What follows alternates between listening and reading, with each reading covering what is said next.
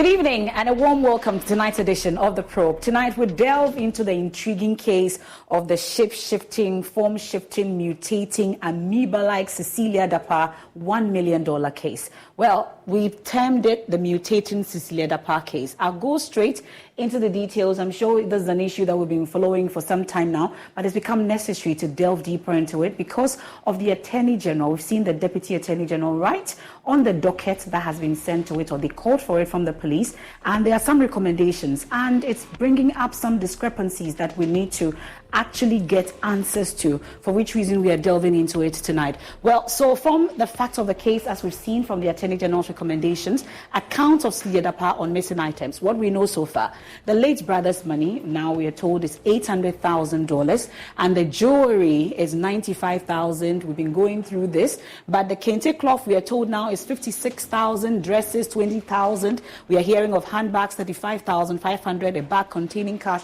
$200,000, another bag containing cash 300,000 euros, and then that contribution of mother's funeral that we are hearing is $300,000, and then perfumes $1,400. We go on to the other issues that are coming up. So discrepancies, straight into that.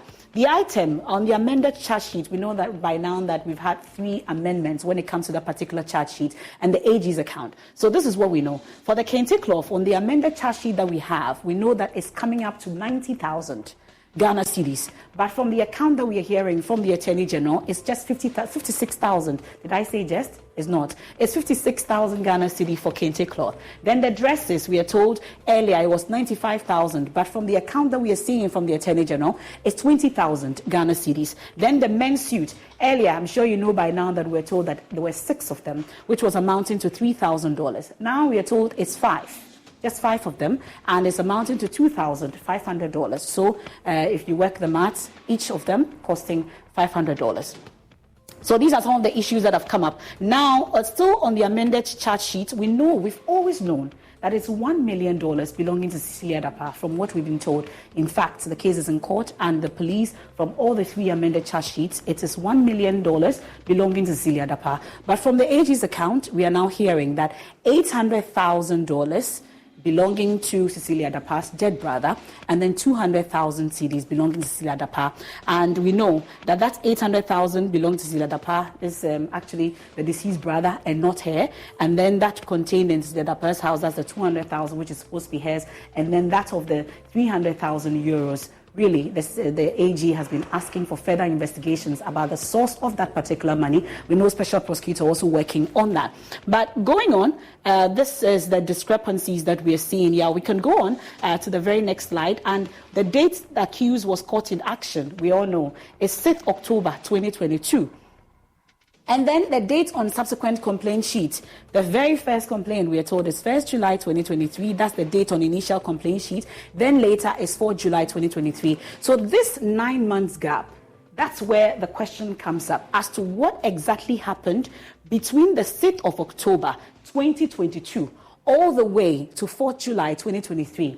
We are learning this evening that actually between that 9-month period, there was a case that was ongoing at the court, the juvenile court, we are told. So how come this is not contained in the docket that was sent to the Attorney General, for which reason the Attorney General is not giving any advice on what actually happened? We are told that it was during that court process that patient, we are told, was 17 at the time, but there was a bone test that was done that established that he was 18 or 19 thereabout, but a Ghana card was produced by her lawyers which showed that she was actually 17 and a juvenile at the time, for which reason they went to the circuit court and back to the juvenile court. And then during that process, we are told she absconded and then was found this year in Tamale, for which reason the case is now coming up on the 4th of July.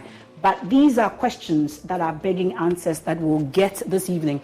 And so the Attorney General's advice, I'll go straight into it, calling for further investigations into the true ownership of the amount of 800,000 euros. They are also asking the source and sources from which the established owner of the amount of 800,000 dollars acquired the money. Really, these are questions, more questions. And then whether the accused actually stole the full amount of 800,000 from the house of the complainant, because we know that they are also mentioning that they did not pick any items amongst others. And when she was caught, there was no money. We are told that she mentioned that she had dropped a bundle when she was found. All that in the Attorney General's advice, amongst others, on the studying of the facts of the case.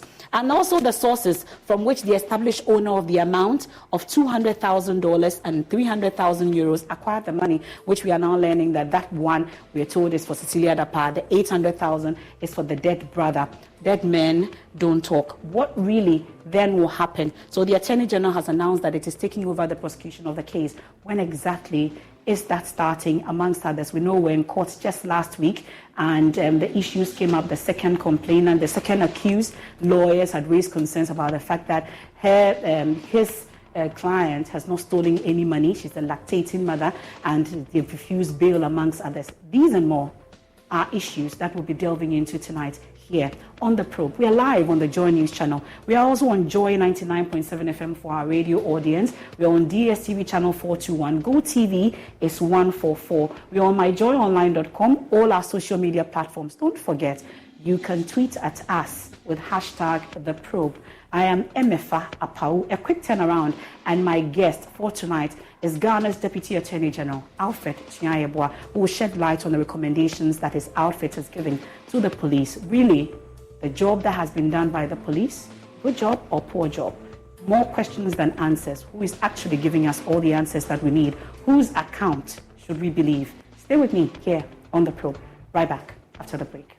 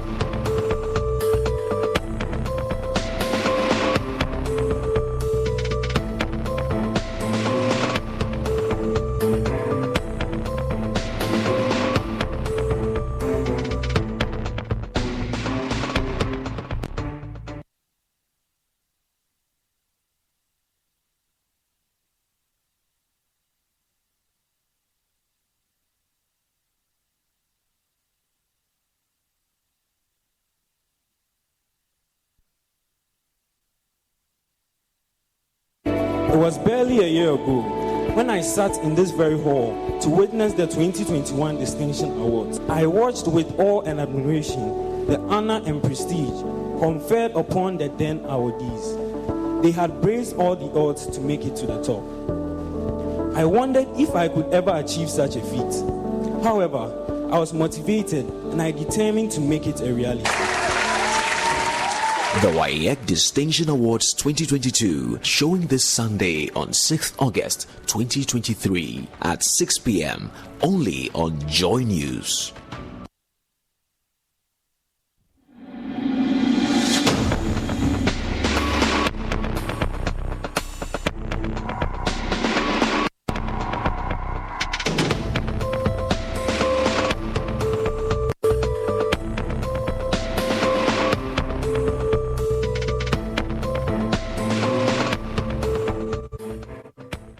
Welcome back. This is The Probe here on the Joy News channel. We're on DSTV channel 421, Go TV 125. We're on myjoyonline.com. We're on radio, it's Joy 99.7 FM, and we are looking at the Mutating Cecilia Dapaah case. Some have said it's a shape-shifting, some have said it looks like an amoeba sort of situation. But thankfully, the Deputy Attorney General, Alfred Tuah, is my guest. He's joining us via Zoom. Thank you so much for your time here on The Probe tonight, sir. I hope you're doing well, Mr. Tuah.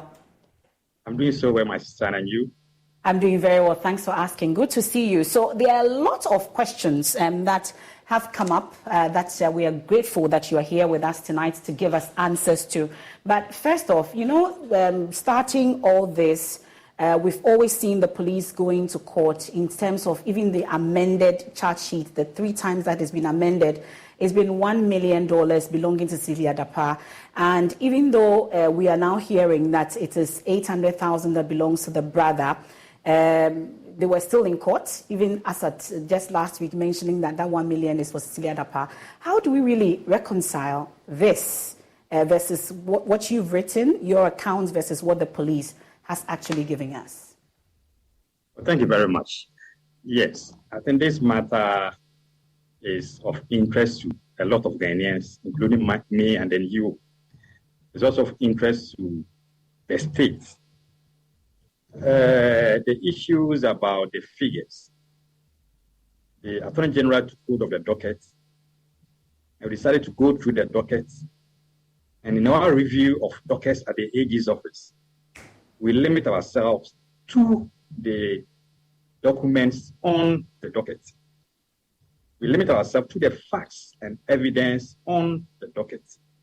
And so, having gone through the docket, having perused through it, we came to this conclusion that there are some issues about the amount stated in the charge sheet. Mm-hmm. That's how come we are talking about 800,000 allegedly belonging to the deceased brother of Madam Cecilia Dapaah, and the other 200,000 also, we are unable to determine who owns that money based on the document that was submitted to us by the police.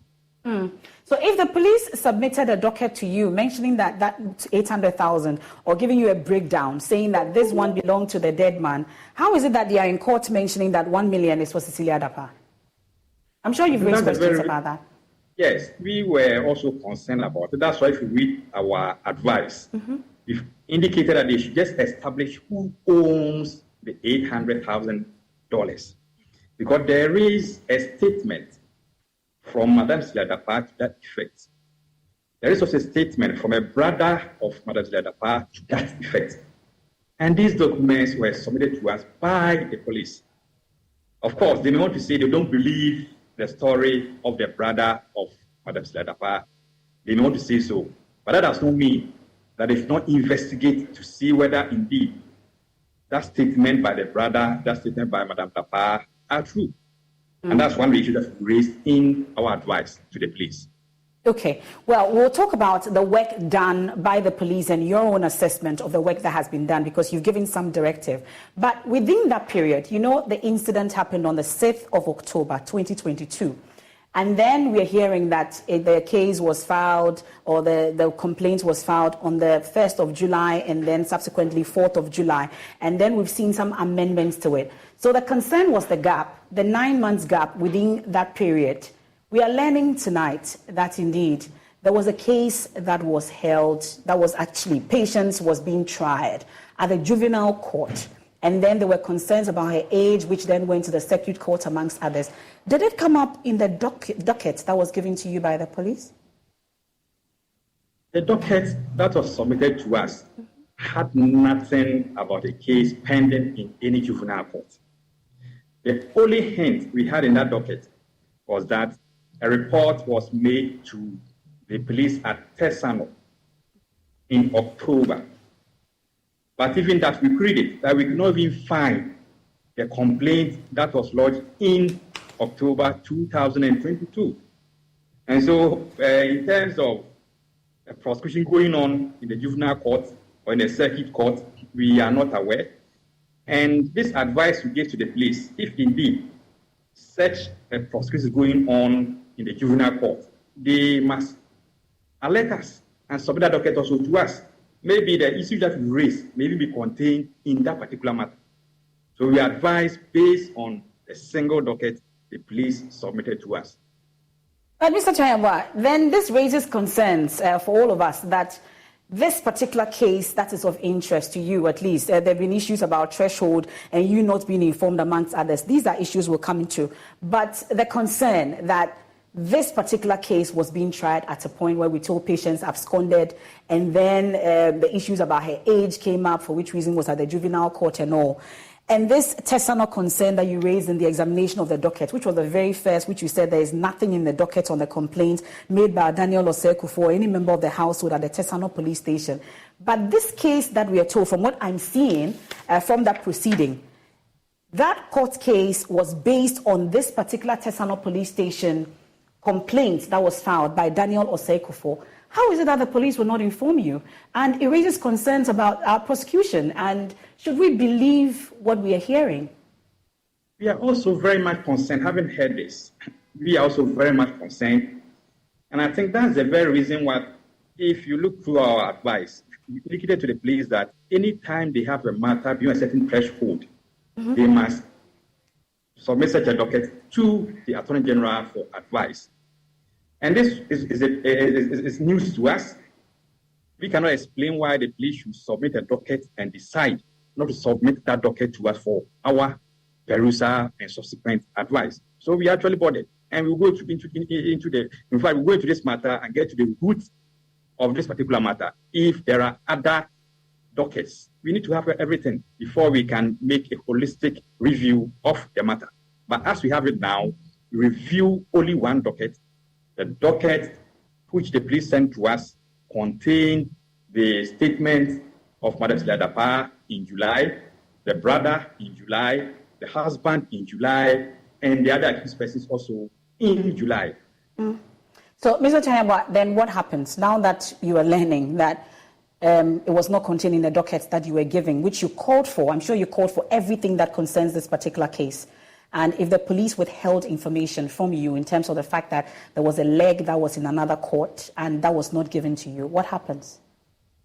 Yes. Now that the police have our letter, they may choose to submit that docket to us because we raise issues about the testimonial matter.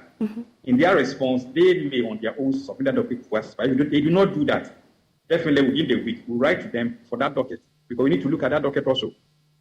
But how is it that you had informed the police that if a matter or a case comes to them that goes beyond a threshold of 500,000, it should come to the Attorney General? I'm just seeing it on page 5 of this particular document, and I'm wondering, how is it that the police will ignore your directive? We cannot explain because we've been receiving a lot of petitions from accused persons and complainants in various cases in Accra and all over the country, calling on us to call for the docket, review, and then advise. And realize that most of those petitions had issues with money. Some of them ran into the millions of Ghana cedis. So to avoid any delays and to avoid any mistrust, we then wrote to the police asking them if there is any matter above 500,000 Ghana cedis, they must submit such a docket to us for our review and advice to avoid receiving a lot of petitions from accused persons and then complainants. But are you surprised that this particular directive was ignored? We are surprised. And beyond being surprised, what happens? Now that we've written to them, also alerted them about the earlier letter we sent to them, it is our hope that they will comply with the letter that we sent to them in April this year.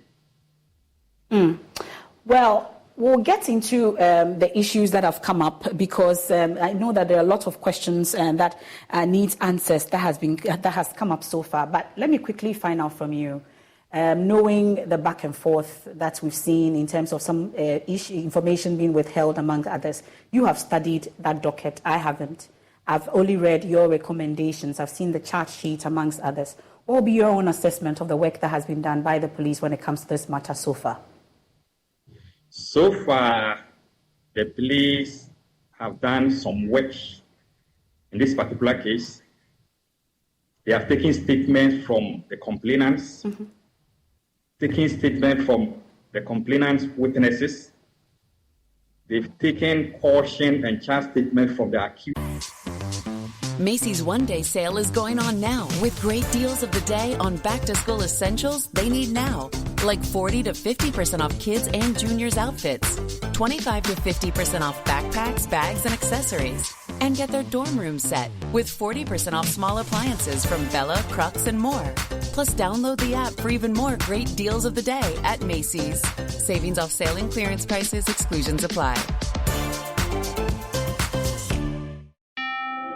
At Rocket, we know buying a home is exciting and a bit overwhelming. Ready to buy a home but stressed about writing those big checks? Rocket can help you save.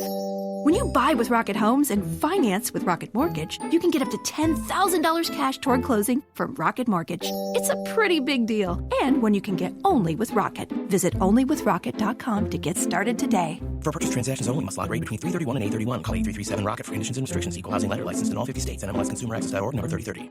Right now at Wendy's, when you buy either Dave's Single, Spicy Chicken Sandwich, Medium Frosty, or 10-piece nuggets, you can get another for just $1. Your dollar never tasted so good. So it's obvious what everyone will get, right? Definitely nugs Spicy and chicken a Frosty. sandwich, Dave's Single, and a Frosty for me. and a Frosty. Okay, who said Frosty and a Frosty? Pick your obvious choice. Choose wisely. Choose Wendy's, buy one, get one for $1. Limited time only. Price of participation may vary. U.S. Wendy's, valid for item of equal or lesser value. Cannot be combined in a combo or any other offer. Persons. They've also conducted investigations into how the money was used allegedly by the accused persons. But there are some areas that they do not investigate into. And we think that those areas we have to look at, especially if a complainant walks into a police station and says that his amount or his money totaling perhaps $2 million, $1 million, 500,000 Ghana cedis. You may want to take his statement and take his complaint. Then the suspects may be invited, but it should also be the duty of the police to investigate the complainant who lodged such a complaint, to find out whether indeed he had that money and where he also had that money. Because in terms of criminal prosecution, the threshold is very high. You must prove your case beyond reasonable doubt. So the person comes to you and tells you, I had 5 million in my room, it's been stolen. If you go to court, you must prove that that person had 5 million Ghana cedis in his room. If you're unable to prove it, like the accused person denies taking such money, you are likely to lose the case in court.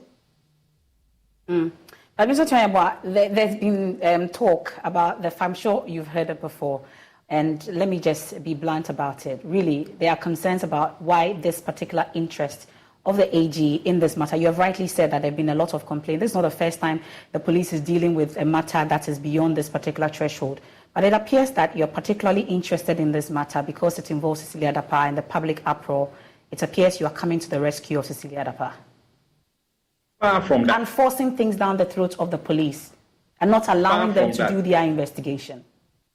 Far from that. If I may take our viewers through the process that we go through in our ministry. Now, the Attorney General, per our Constitution, is the person responsible for the initiation and conduct of all criminal cases in Ghana. Within the same Constitution, Article 88(4), he reserves the right to give other institutions or other agencies authorization to prosecute on his behalf. So all the investigations that the police have been doing, they do so on behalf of the Attorney General. And now the Attorney General, if you go to court throughout the country, you meet hundreds of police officers prosecuting cases in court. They do so on behalf of the Attorney General. And when a matter comes up, there are 3 ways that the Attorney General may be seized with that particular matter, or may have that docket in his possession. 1, when the police receives a complaint and takes the statement of the complainant as well as the accused persons, the complainant or the accused person has the right to petition the Attorney General for his intervention. Well, in this case, was there a petition? Did Cecilia Dapaah petition the Attorney General? I'll be there very soon. Okay. That's the first one. The second one is where the police on their own, looking at the nature of the case, submits the docket to the Attorney General. The third one is where the Attorney General himself, having heard of a particular matter, may write to the police and call for the docket. In this particular case, the police so much, that's what I have to say, the police on their own submitted the docket to the Attorney General for our review and advice. And having submitted the docket to us for our review and our advice, we have a responsibility to look through the docket, review it, and advise them accordingly. So this is exactly what we did in this particular case. Okay. It is not about any special interest. We think crime is crime, It matters not who is involved. I speaking, if I decide to engage in a criminal activity, the fact that I'm a deputy attorney general does not mean that I should absolve of that crime. I must be made to go through the full rigors of the law. But if you come to that's the ideal situation. But the reality on the ground, we know that's not what happens most of the time. Your government will definitely come to your rescue in our part of the world. Actually, I have not cited instances where we get exposed persons. Reports have been lodged to the police, they've been arrested, processed, and the attorney has said, no, don't prosecute them, unless you want to give me examples. Now, if you come to the office of the Attorney General, the actual work, I can tell, is not done by the Attorney General or his deputies. The actual work is done by the attorneys in the ministry, headed by the Director of Public Prosecution. Okay. They are not political, they are not politicians. They do their work in accordance with their training. And so, in case there's any advice, whether it's this particular matter or any other matter, what I can tell the public is that the advice that you see isn't the advice that the attorney himself sat on the case to review, but advice that the officers in the ministry have offered. Okay, so I was asking earlier if Cecilia Dapaah has actually approached the Attorney General, petitioned the AG to look into this particular matter. Was that the petition? No. Okay. But the AG just took interest in this particular matter. In this particular matter, the police submitted the docket to us. Without you calling for it? Okay. No. Okay. If you read their letter, if you are writing to them, you would have said you have referenced our letter to them. But in their letter, they said they were yes submitted to us for our review and advice. And I think it was a step in the right direction. But it's belated because you had asked them that every time it comes, they should come to you before they start the process. But they started the process before coming to you on it. Now, it is not as if every time it comes, they must wait for us. No. Okay.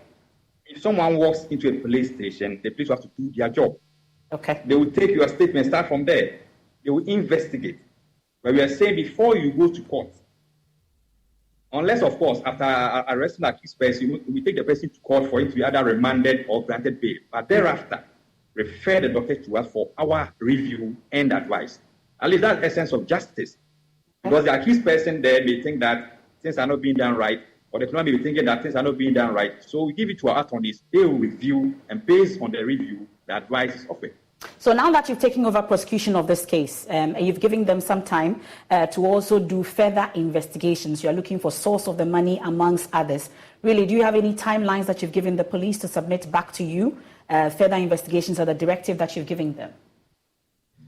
We did not give them any timeline, but that does not mean that they can hold the docket for a long period of time. But the matter is already in court. So we expect them to work within a reasonable time, do all the investigation, but even the information you just provided about the case pending before a juvenile court, they must also furnish us with that docket. And also let us know, for you may know, the question we've raised in our advice may be contained in that particular matter. In which case, there's no need for them to do any further investigations.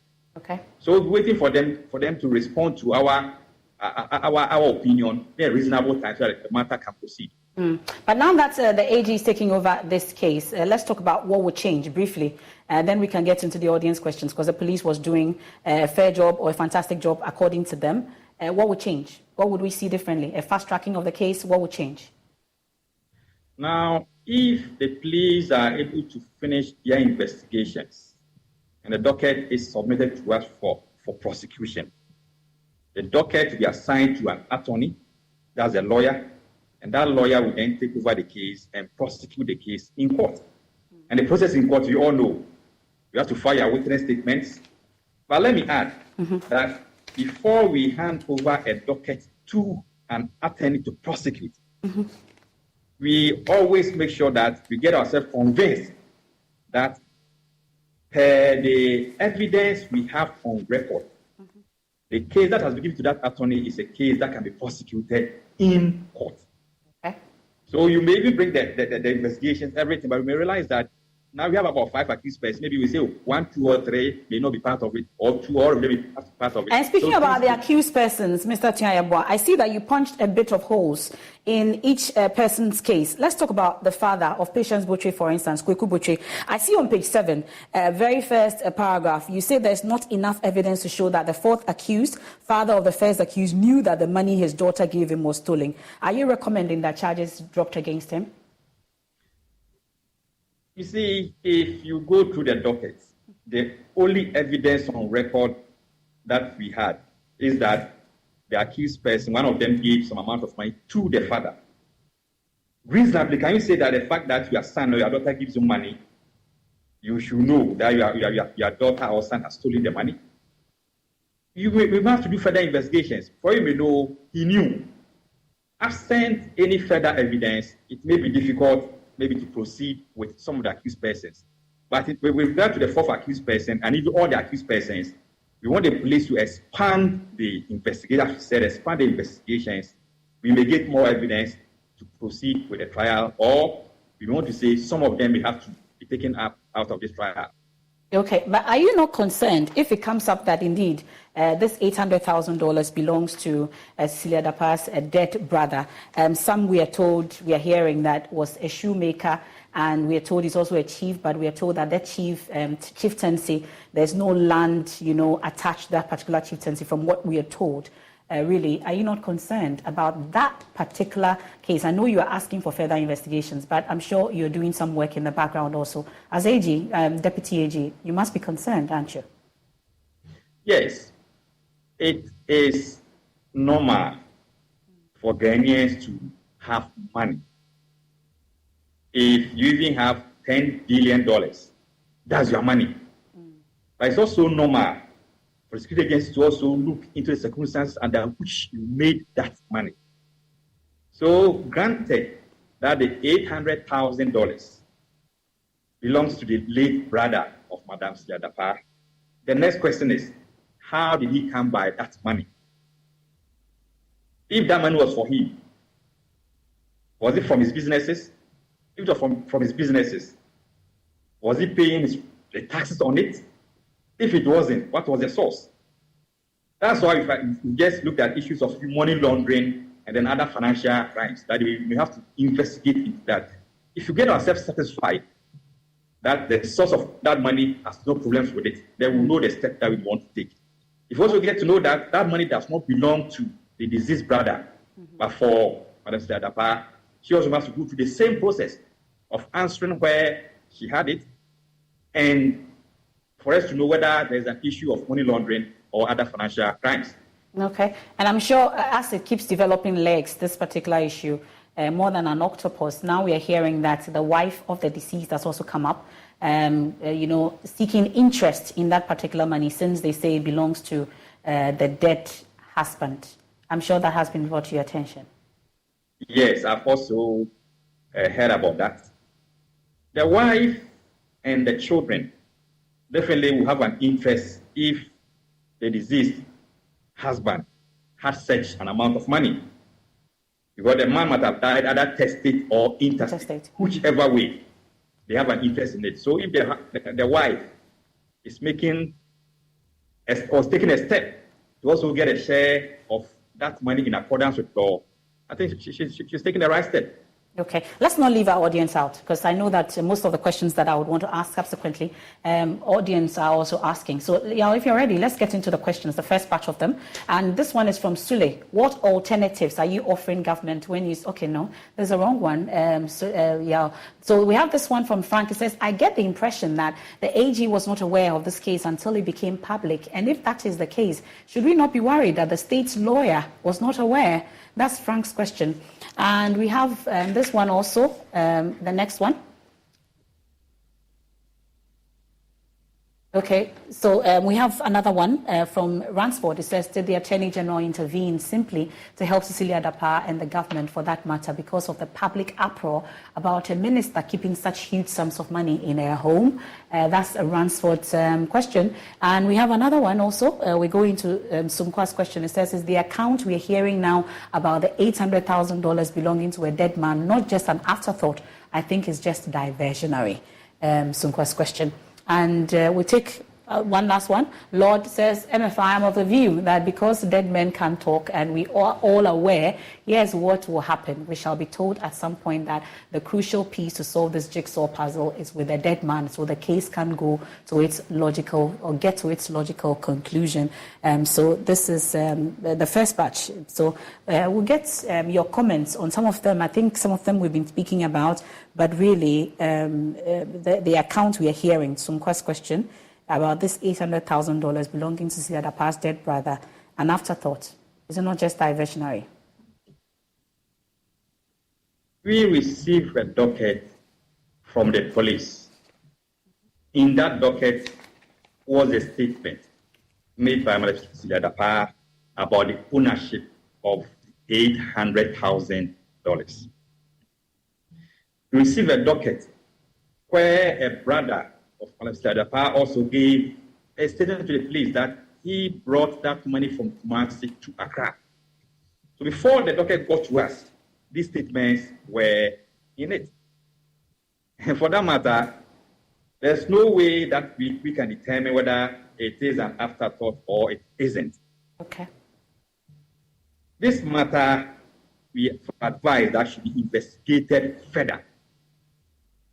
If after investigations, it turns out that the statement given by Madam Cecilia Dapaah and the brother in the early part of July are untrue, then we can conclude that that claim that the money belongs to the deceased brother is an afterthought. If we are not able to get anything contrary to that, then we have to work with it. But the police will have to dig deeper to know whether indeed the deceased brother owned that money. And the police, they have the skills. They have everything that they can use in determining or in getting to the bottom of this particular matter.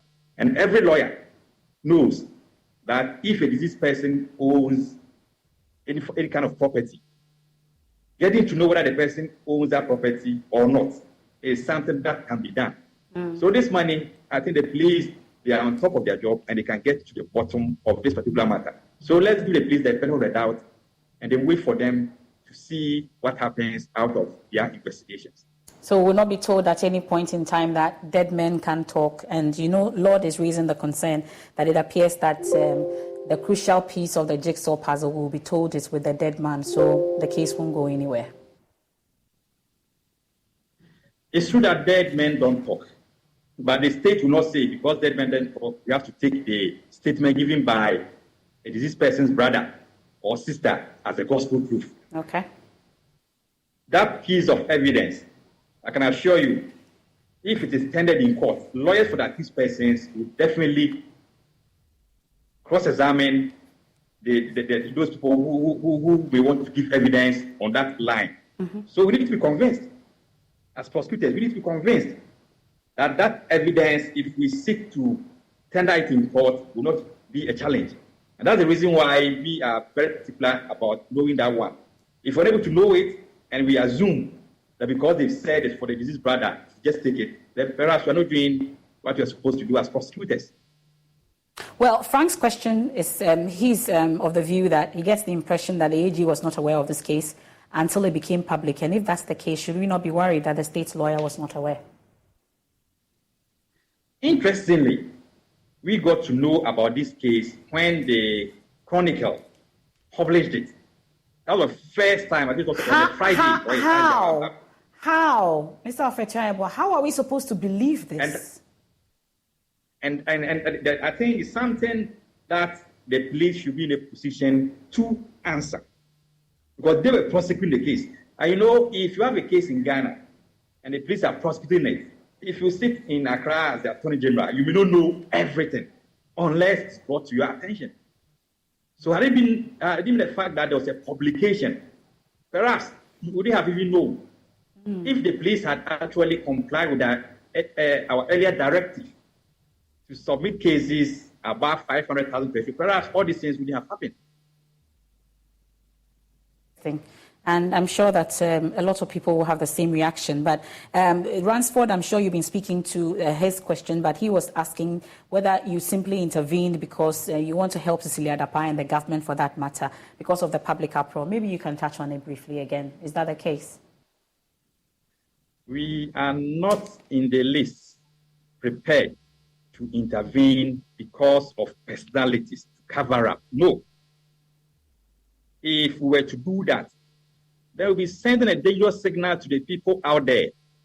Like if you're a public officer, if you're a politically exposed person or a politician, you want to do things and people will not question it. We are doing a very genuine work. And with this work that we are doing, we are not going to investigate. The police will have to investigate.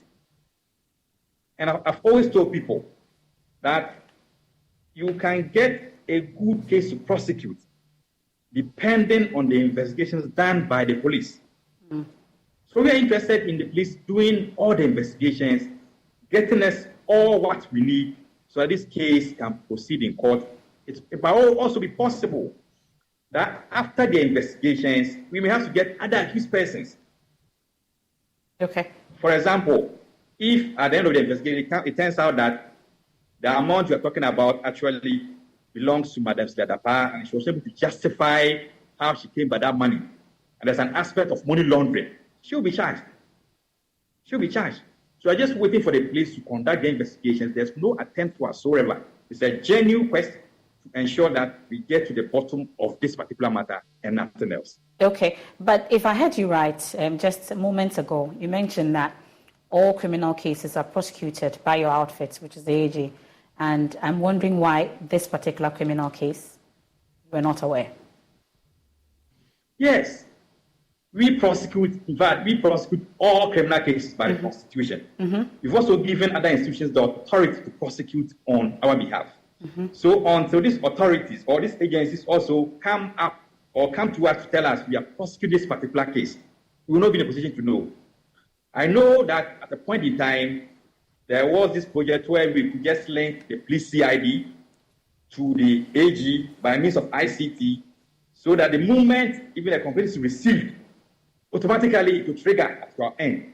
And that's a project that we all need to look at, to see so that when a matter starts at any police station in Ghana, there should be a mechanism where sitting in Accra, you can know that there is matter in this particular police station, there is matter in this particular court. But because you don't have it, until or unless you are notified, you will not be in a position to know. But as our lawyer, if we hear you lamenting at this point that certain cases, even though you have given the mandate for other institutions to prosecute on your behalf, even though you're supposed to be in charge of all criminal cases, it's a matter of concern to us because that's your mandate. That's what we expect you to do. And if some of these issues can slip through the cracks, we should be worried. You see, Ghana, if we are to copy the example of Kenya, in Kenya, prosecution is done by lawyers, attorneys, not the police. In Kenya, all cases are prosecuted by attorneys in the office of their prosecution office. But in Ghana, over 80% of the cases are prosecuted by the police. So moving forward, are we ready to expand the Office of the Attorney General so that we can get a lot of lawyers so that we do all the prosecution without the police even doing any single prosecution? In that case, the police would then have to just investigate. After they investigate, they will submit their findings to us. Then we'll commence our investigation, our review, and then advice, and then prosecution. But because we don't have it, they have to investigate and in some cases prosecute. There's that kind of challenge there. But it's a conversation that I think we all need to look at and see how best, because we must get the best system. If you go to the US, as you know, the DOJ, Department of Justice, they initiate investigations and prosecute. But in Ghana, the Office of Attorney General does not investigate. Another agency investigates. In Ghana, if you go to IOCO is an agency under the Office of Attorney General, but they initiate investigations, they also prosecute. If you go to OSP, they initiate and then prosecute, but the Attorney General Office itself does not investigate. It only prosecutes. Since you've mentioned the OSP, we know that they are also handling a part of this particular issue. And now that I'm seeing your recommendations back to the police in order not for double work to be done, are we in tandem on this with the OSP when it comes to this particular issue? The OSP operates under a limited domain, and they cannot go outside their domain. We are not oblivious of their interest in this matter and the investigation they have also initiated. But there's a limit to which they can go. And we do not want to leave any void between the OSP and our side. So if the OSP is to investigate corruption and corruption-related offenses as defined under Section 79 of their Act, it means that if there are other offenses outside that one, they cannot go into it. For instance, if I'm assuming, if the money you're talking about is the money from drug trafficking, OSP cannot prosecute it. OSP cannot deal with money laundering. We have to take over that one. So we don't want to do this whereby OSP will do its work, and then that aspect may be left. That's why we just told the police to conduct investigation into those areas. We are very mindful of the work of the OSP and the work of the police service, who are our investigators. Okay. Well, let's get into the next batch of questions. Yeah, let's get into it. We have the next batch, one from Gavivina. Okay. Why is the latest account of the AG about the money belonging to Cecilia's late brother not in any of the charge sheet that was amended about 3 times? Where's the AG getting this account from? Gavivina, we'll take yours. And then we have Stephen. So whose report should we believe now? Police, AG, Cecilia Dapaah, or who? That's a key question. Danny says, what kind of relationship does the Attorney General and the Special Prosecutor have? And so far, does your roles not overlap? Are they working together on this particular case? Okay. And Tony says, you have directed further investigations to be conducted. What are the timelines? Mami says, can we get some education on how the AG's outfit obtains dockets from the police? Kwesi says, can the Deputy AG look us in the eyes and assure us that this issue will not become a foolish case at the end of the day, because I feel everything is being done to simply water down the fact that the woman kept huge sums of money in her home, and we all know she's not alone in this. So that's some of your questions. So let's, I think it's the final batch for this one. We'll check if we have more of your questions. But so these are some of the concerns that have been raised. Ms. Atia, so why is the latest account? Where is the AG getting that from? I think you've been touching on it, that it was in the docket. Is that the case? In the docket. Okay. The docket that the police submitted to us. So we are even surprised that the police, in their own facts, did not even mention. If you have the charge sheet, the lawyers who are listening to me or watching me, if they have a copy of the charge sheet and the facts, you realize that in the facts, the police did not mention how, they even talk about the monies. The breakdown. They only talk about what the monies were used for. So that's a key question. But they had this on the file. In the file they submitted to the court, the clerk indicated that when Madam Dapaah came, she said A amount or Y amount. When the husband came, A or Y amount or X amount. But that's very silent. So we are surprised that with this evidence on their file, they never touched on it. And that's why we are directing them that statement, they took it. They gave that statement to us. We are not going to accept that that's because they took it. They must investigate. Even though someone has said that money belongs to the late brother, they must go deeper to find out whether indeed that money belongs to the late brother. So there's no attempt whatsoever to, water down this particular case. Far from that. I saw this kind of someone, can we look into the eyes of Ghanaians? I can look into the eyes of Ghanaians, 100%, and cross my heart out and tell everyone that we are not prepared to cover up in any way. This ministry that we've been posted to as ministers, that's the only ministry where your peers can assess you. Was manned by lawyers. We are lawyers. Our colleague lawyers who can have the right, or they have every opportunity to also assess us, because we are doing the work for which we were trained as lawyers. So in terms of the job that we do it as professional lawyers, because posterity will tomorrow or in the near future judge us based on the advice or the work that we do in the ministry. So the learned Attorney General, my good self and my sister Diana, who are the political appointees in the ministry, we are working as lawyers, properly trained, and we are mindful of the fact that in the future, whatever that we do there may be even assessed by students. So we need to do the right thing and nothing else. Okay. Well, they talk about the relationship between the Attorney General and Special Prosecutor. But before then, Stephen is asking, whose report do you think we should believe now? The police, your outfit, Cecilia Dapaah, or who? For now, believe our reports, but subject to the investigations of the police. Because the report that we issue is based on the information the police provided to us. We've asked them to go back and do further work. But it is emerging that some issues were actually left out. Some key issues were left out in that docket. So how do you say that we should believe your account, which is based on the work that the police did, which you have directed that they should go back and do a better job? Yes, because our work, the tools that or the materials that we use, we were not the ones who prepared those primary materials. So our advice is based on the work done by the police. So our side, we cannot be blamed because we work on information given us by the police. And if indeed there is a matter pending in the juvenile court, that will be the first person to concede that our advice may not be complete without having access to that particular docket. Okay. So we need it, and we get access to it. Well, so Tony was talking about the timelines. I think you alluded to it earlier, but he says since you've directed further investigations to be conducted, what are the timelines? I think you mentioned that there are no timelines, but at least you should be able to tell us something, really. When exactly are we expecting something? Yes, there are no timelines. We also know that some of the accused persons are in custody. They are not home, they are in custody.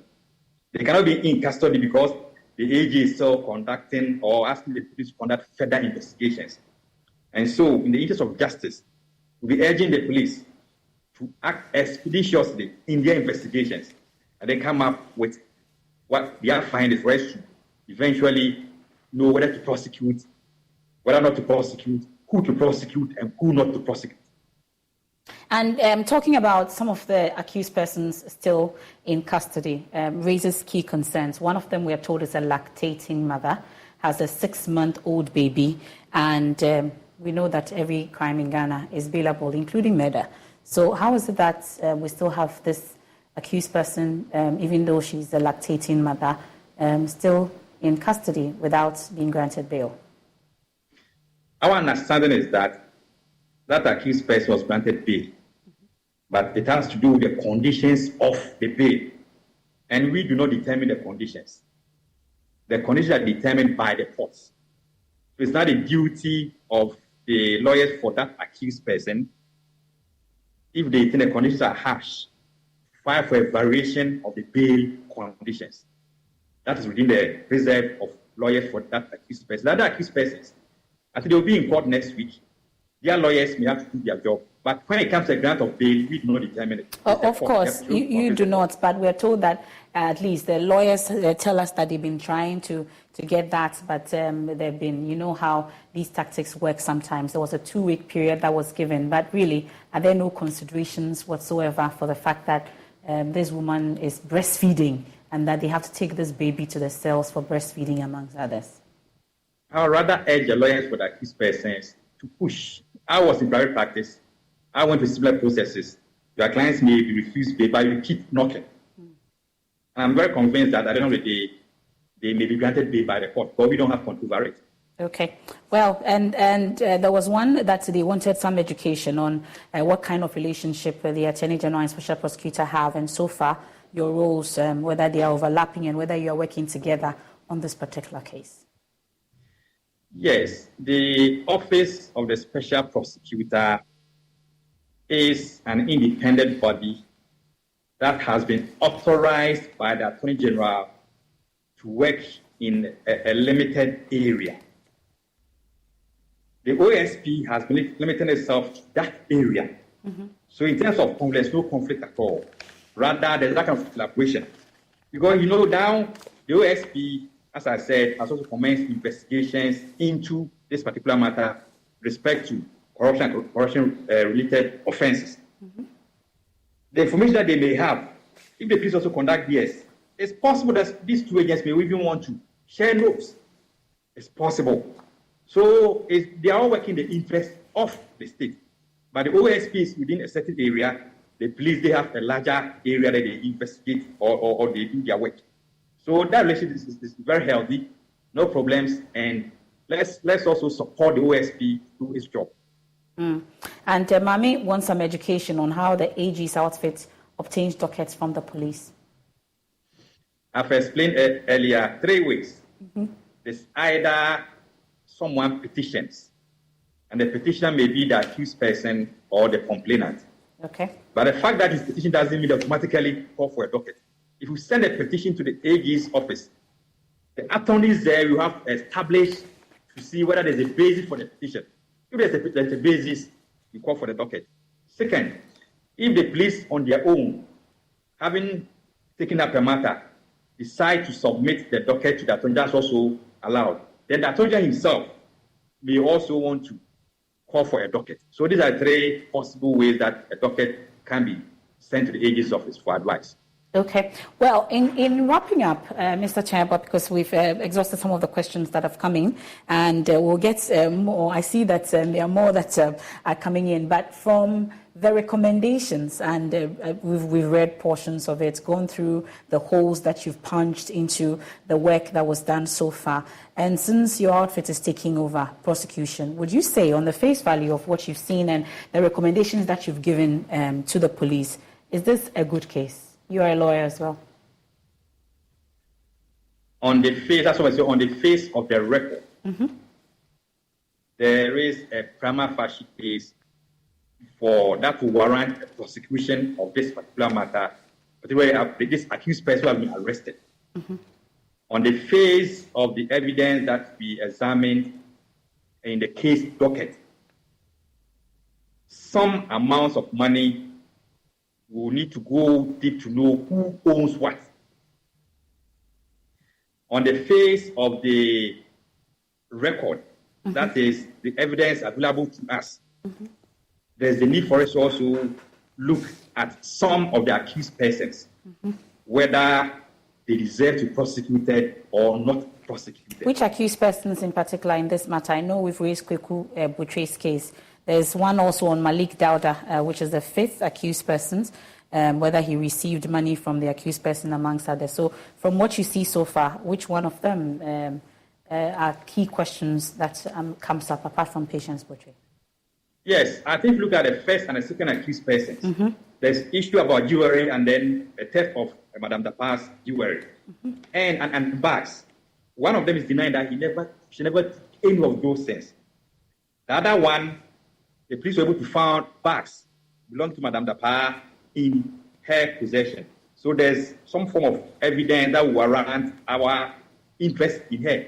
So it means that it's possible that one of them may not be charged for stealing those things, but the other may be charged stealing that one. Then in our advice, we talked about duplicity. I think that one is something that lawyers who are watching me will understand. If someone comes to your home to see 100 items, he stole you at $10,000. He stole $50,000 belonging to your wife, $100,000 belonging to your son. You can't lump them together. If you have separate charges, it's possible that an accused person may maybe be facing 500 charges at the same time. So we also advise the police that we want to be sure that we have not lump sums that will lead to a situation where we raise that matter in court about duplicity of charges. Okay. So we decided to cross all the T's and dot all the I's before we move on. Ghanaian should trust us. We are doing a genuine work because we know that as lawyers, we'll be judged by our peers based on the work that we do in this ministry. And that's what we are doing. We have to do the right thing.